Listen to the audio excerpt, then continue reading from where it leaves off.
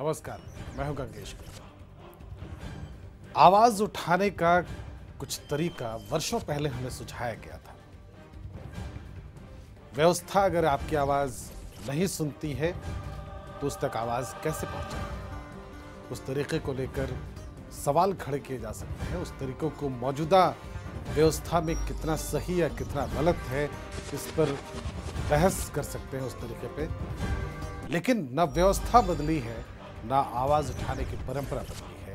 और हम आज अपने इस कार्यक्रम में उसी पुरानी बात को लेकर चर्चा करेंगे कि दरअसल व्यवस्था अपना चरित्र बदलने के लिए क्यों नहीं तैयार होती और क्यों आवाज उठाने के लिए कई बार लोगों को बहुत पुराने तरीकों का इस्तेमाल करना पड़ता है। रंग दे बसंती चोला मेरा रंग दे, ओ मेरा रंग दे बसंती चोला, ओए रंग दे बसंती चोला माए, रंग दे बसंती चोला। सबसे पहले ये बता दूं कि ये जो क्रिएटिविटी आप पीछे देख रहे हैं, जिसमें 3 शहीदों के चेहरे अब नहीं दिखाई दे रहे हैं। दरअसल ये चेहरे मांग कर रहे हैं आज के समय से कि जो बलिदान की परंपरा उन्होंने शुरू की, उस बलिदान की परंपरा को आगे बढ़ाने के लिए आज की पीढ़ी में भी किसी न किसी को आगे आना चाहिए।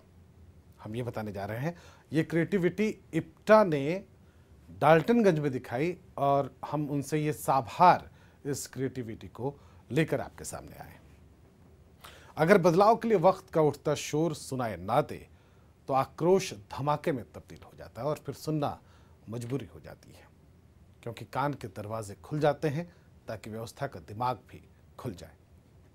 भगत सिंह ने यही किया। व्यवस्था बदल गई, लेकिन क्या ऐसा है?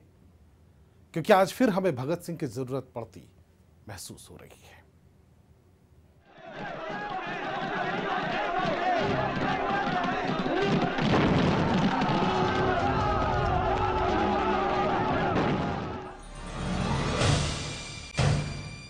बहरों को सुनाने के लिए धमाके की जरूरत होती है। क्यों कहना पड़ गया था शहीद आजम को। इस धमाके की ही गूंज का असर हुआ कि आजादी के परवानों की नहीं सुनने वाले ब्रिटिश सरकार को 18 साल बाद हिंदुस्तान छोड़ना पड़ गया था। मुल्क तो आजाद हो गया, लेकिन नहीं सुनने वालों से मुल्क को आजादी नहीं मिली। भगत सिंह और बटुकेश्वर दत्त ने बताने की कोशिश की थी कि व्यवस्था जब अपने कान बंद कर लेती है तो कान खोलने के लिए कदम उठाने पड़ जाते हैं।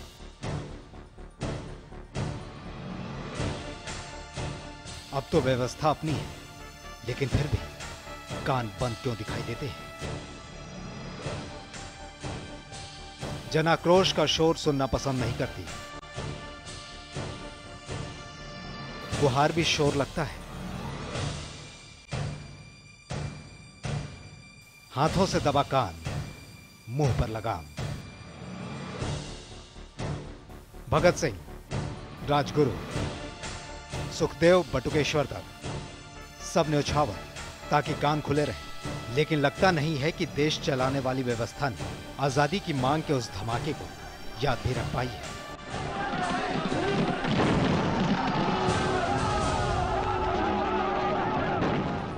वक्त बदल गया है, लेकिन व्यवस्था की सोच नहीं बदली। अन्ना हजारे बांधी सड़क पर उतरे, आक्रोश की आवाज को बुलंदी दी, मगर फिर भी व्यवस्था उस आवाज को सुनने से इनकार करती रही। वजह, फिर देश को भगत सिंह नहीं मिले। दरअसल ये ऐसी व्यवस्था है जो कराह तो बिल्कुल नहीं सुनती, वरना दामिनी के लिए दिल्ली में शोर का सैलाब क्यों उमड़ता।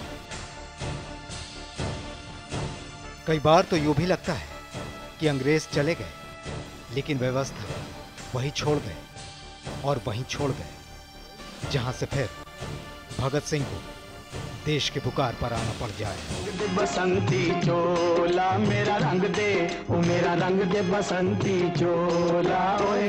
कशिश की ब्यूरो रिपोर्ट। बसंती चोला माए रंग दे बसंती चोला।